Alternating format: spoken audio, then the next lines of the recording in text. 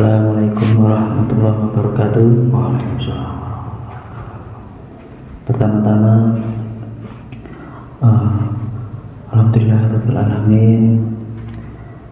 Allah telah memberikan segala nikmat kepada kita semuanya, nikmat yang sungguh sangat luar biasa sekali. Selanjutnya, salawat serta salam semoga senantiasa tercurah kepada junjungan kita Nabi Agung Muhammad Sallallahu Alaihi Wasallam. Selamat datang kembali para subscriber setia Padepokan Tidar dimanapun berada. Kami mendoakan semoga semuanya mendapat lindungan Allah Ta'ala fiddin atal akhirah dan diberikan rezeki yang melimpah halal barokah. Tak lupa salam dari kami kepada saudara-saudara kami semua yang dari agama lain. Salam rahayu, rahayu. Baik, kali ini pemirsa semuanya, kami akan mengungkap tragedi yang sangat memilukan sekali yang terjadi di Selat Bali kemarin, di mana kapal tenggelam itu, yaitu kapal Tanu pertama. Sampai detik ini korban meninggal itu yang telah ditemukan itu kurang lebih 5, dan yang belum diketemukan itu 38 orang, dan yang korban selamat itu ada sekitar 23 orang sampai saat ini. Terus kami akan mengungkap peristiwa memilukan itu atau tragedi kecelakaan kapal itu yang tenggelam. Kami akan mengungkap dari sisi gaibnya. Kami akan menarik saksi gaib kejadian pada saat tenggelam di sana. Baik, tidak usah lama-lama, mari kita mulai mediuman. Bismillahirrahmanirrahim. Ya Allah, dengan izin kami minta datangkan sudut ketarik ke tangan saya sosok gaib yang mengetahui, sosok gaib yang sudah Islam, yang paling mengetahui kejadian tentang kecelakaan kapal tenggelam di Selat Bali yang baru saja terjadi pada hari Rabu kemarin, yang paling tahu sudut ke tangan saya, yang paling tahu semua penyusupnya hancur, tarik masuk, masuk,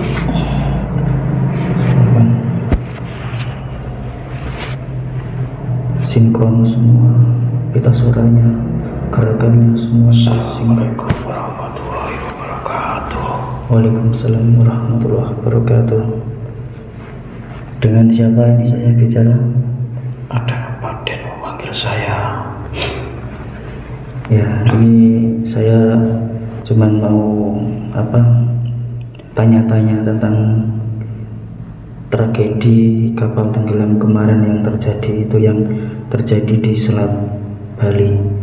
Nah, itu Anda ini siapa? Saya jin. Golongan jin ya? Ya. Ya. Dari mana? Dari daerah timur sana. Saya kan tadi menarik sosok gaib yang paling tahu tentang kejadian di Selat kapal tenggelam yang terjadi di Selat Bali itu. Nah, Anda kok yang tertarik? Apakah Anda yang tahu? Ya, pada saat itu saya juga sedang berada di sekitar kejadian. Ya. Nah, itu peristiwanya itu bagaimana itu? Bisa dijelaskan pada kami, pada para pemirsa semuanya, pada Bukan Tidur ini, dari kejadiannya itu, silakan. Kalau dari sisi goibnya itu ada suatu sosok juga yang memang membuat kapal itu tersedot tenggelam di area laut itu.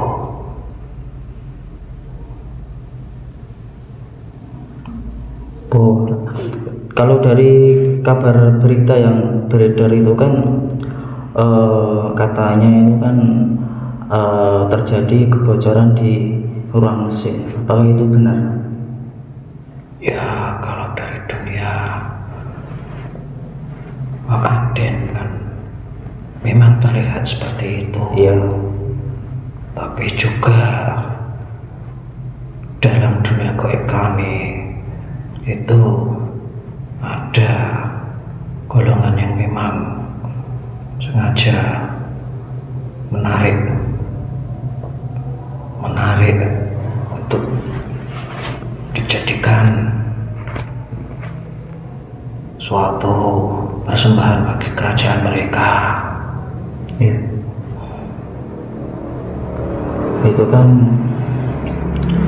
itu berapa meter kedalamannya itu tenggelam yang kesedotnya itu? Ya, kalau secara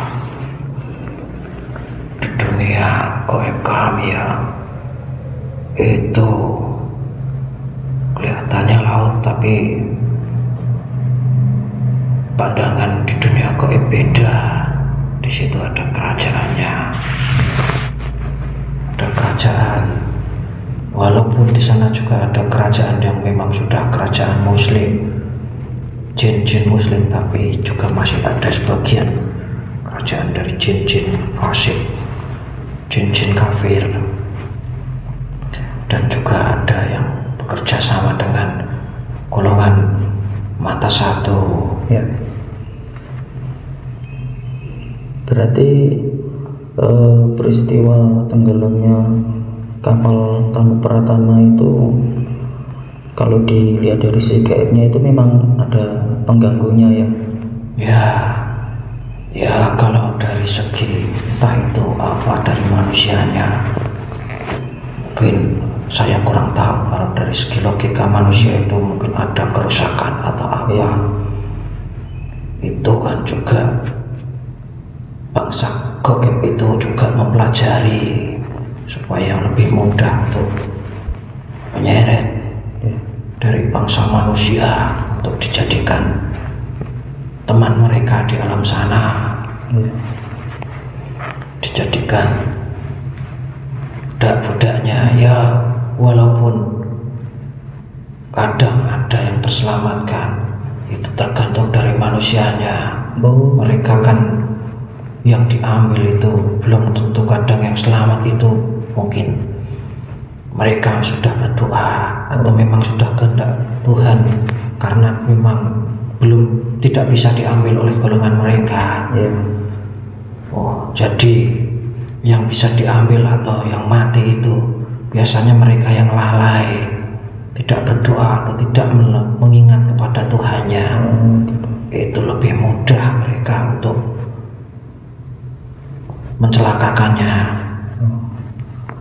Oh, berarti makhluk-makhluk gaib yang mengganggu di sana itu selain mengganggu kapal itu juga mengganggu dalam bentuk bisikan-bisikan ke manusia-manusia yang ada di kapal itu juga ya, mempengaruhi gitu. Ya, kalau sudah kejadian seperti itu sebenarnya bukan hanya bisikan, saking banyaknya golongan gaib itu bisa mewujud menjadi sebuah gelombang air atau pusaran yang bisa membuat kapal itu secara di dunia kalian itu mungkin jadi bisa dihanyutkan itu seperti itu. Tapi karena itu jumlahnya banyak, itu bisa mewujud menjadi sebuah entah gelombang laut, air atau apapun itu. Mereka juga punya kekuatan. Cuman kalau dari segi kapalnya ya entah itu mungkin sudah ada kerusakan atau apa, itu juga bisa jadi. Tapi saya kurang tahu untuk masalah duniawi, karena secara gaib dan secara dunia itu tidak sama. Secara gaib dan logika manusia itu tidak sama. Yang nyata di dalam dunia manusia itu tidak sama. Ya itu kan korban meninggalnya kan banyak ya di sana ya, hampir 40-an. Ya terus dari kejadian itu berarti pengganggunya di sana itu ada yang dari golongan iblis juga. Ya mereka banyak dari golongan jin dan siluman juga yang kafir, tapi mereka atas tunduk kerjasamanya, perintahnya ya dari golongan iblis dan itu golongan mata satu. Ya. Apakah mereka sudah muslim yang mengganggu atau belum? Ya, kalau muslim gak akan mau mengganggu. Ya maksudnya setelah kejadian itu mungkin ada orang lain yang sudah memuslimkan atau mereka masih berkeliaran bebas gitu, masih belum Islam gitu. Ada yang kulihat kemarin sudah ada yang menarik dan memuslimkan mereka dan membebaskan para arwah-arwah yang ditahan. Itu di Selat Bali itu kan memang kalau tidak salah itu sering terjadi kapal tenggelam ya. Ya. Itu sama penyebabnya. Ya sama. Ya. Mereka golongan iblis dan juga mencari pengikut sebanyak-banyaknya. Nggak hanya menipu lewat apa. Ya, kalau manusia-manusia itu lalai dengan Tuhannya, dimanapun berada itu juga pasti akan jadi incaran mereka. Incaran mereka itu belum bisa jadi ya seperti itu. Jadi karena mereka lalai, mereka kan juga bisa membaca pikiran. Uapnya itu terbaca orang-orang yang bisa dijadikan budak-budak mereka itu. Dan bagi orang-orang yang berdoa, beriman kepada Allah Subhanahu wa Ta'ala, itu kalaupun terjadi kejadian seperti itu tidak akan bisa ketarik kalah mereka. Itu langsung pasukan cahaya itu yang membawa sudah. Entah kemana itu di dunia gaib. Di dunia gaib yang lain, bukan di alam mereka, kerajaan-kerajaan seperti itu. Oh ya, berarti apa? Orang-orang yang menjadi korban itu sebelumnya sudah berdoa atau belum, dan yang selamat ini apakah semasa hidupnya ini memang mereka itu mungkin banyak sedekah gitu kan? Kalau sedekah itu kan penolak bala ya. Ya kalau itu sudah rahasianya Tuhan. Ya. Itu ada yang berdoa tapi juga ada yang tidak, ada yang paling penting itu adalah ingat Allah. Ingat Allah ya. Kalau berdoa itu semua orang bisa berdoa apa saja, tapi belum tentu itu dikabulkan ya. Dan kalau ingat itu sudah beda lagi. Orang yang ingat Allah, menyandarkan diri kepada Allah itu akan senantiasa dilindungi dimanapun dia berada ya. Kalaupun terjadi musibah seperti itu, ada sekelompok dari golongan kerajaan-kerajaan jin kafir dan fasik, siluman, iblis. Mereka bisa saja mati, tapi matinya itu bukan ke alam mereka. Sudah lain, itu sudah garisan takdir. Dan itu bisa dibilang juga mati dalam keadaan syahid. Tergantung niatnya mereka, karena mungkin juga ada yang memang niat untuk mencari ridho Allah, entah menyeberang ke Bali untuk apa, untuk beribadah, atau ya beribadah itu kan konteksnya luas, jadi itu beda. Tapi kalau dari pandangan gaib ya memang seperti itu. Tapi pandangan gaib itu jangan disamakan dengan pandangan yang bisa dilihat manusia, tetap jelas beda itu. Karena dalam pandangan gaib ya seperti itu. Ya, baik. Terima kasih atas informasinya. Ya, tadi lagi ngapain Anda di sana saat saya tarik? Ya, saya lagi duduk-duduk ya. Memang kerajaan saya juga di sana. Ya. Kerajaan saya ikut kerajaan Muslim yang di sana. Saya diislamkan oleh beliau. Beliau sang cahaya, pemimpin akhir zaman, sang pemimpin dunia gaib. Pemimpin dunia gaib juga ya. Pimpinan kami diislamkan dan kami mengikuti pimpinan kami. Pemimpin akhir zaman. Iya. Ya. Oh ya, Anda sudah berkeluarga belum? Saya sudah. Ya. Baik, terima kasih atas informasinya. Maaf kami mengganggu. Tidak apa-apa. Terima kasih. Baik, silakan keluar sendiri kalau bisa. Dibantu ya, tolong dibantu ya. Assalamualaikum warahmatullahi wabarakatuh.